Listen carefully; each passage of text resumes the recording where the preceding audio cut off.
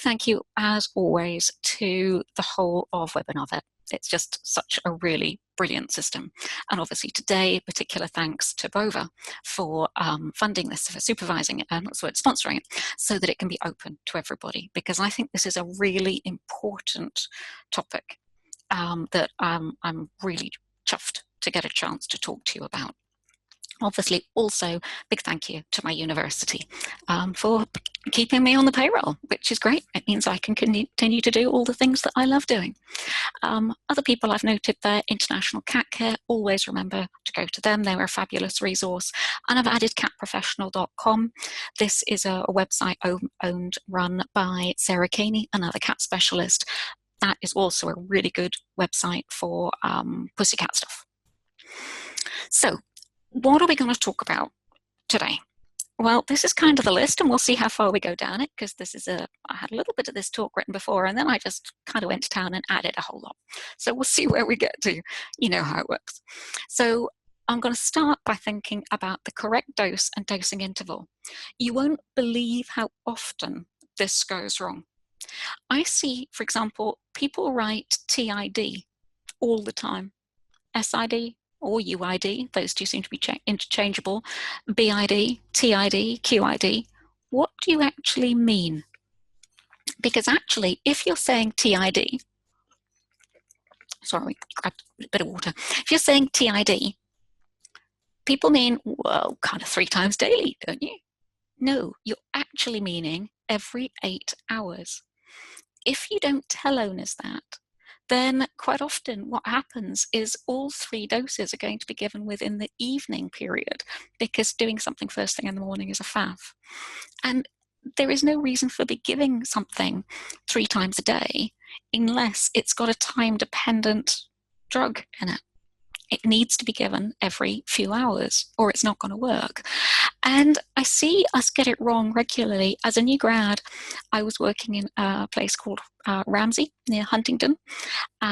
It's in the Fens, and anyone who's worked in the Fens know what the concept of people living in the Fens is. Sometimes that they're a little bit slow.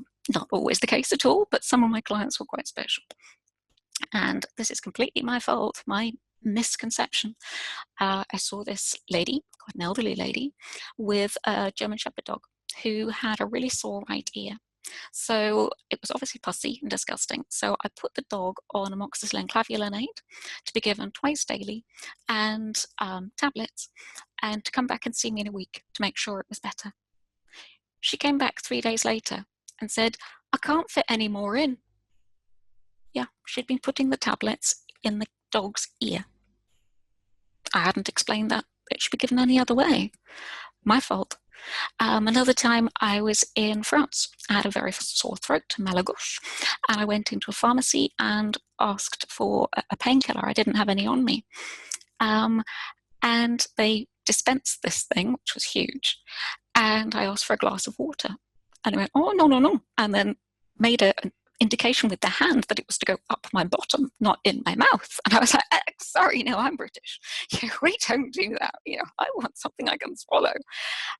Again, if I hadn't asked, it wasn't clear. So the first thing I want you to think about before you prescribe anything is, how often does this actually need to be given? Can the owner do this?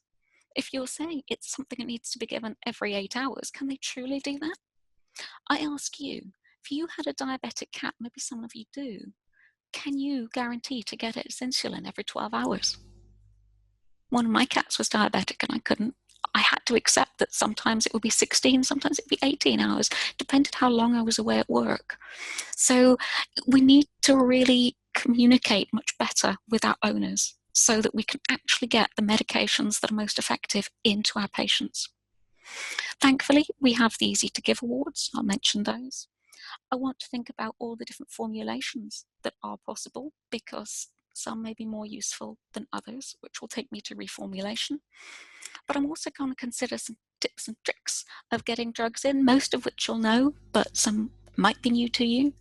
But I also want you to consider, what about teaching the owners to give injections? What about considering inhaled drugs? And if we get time, we'll consider what about using prescription foods.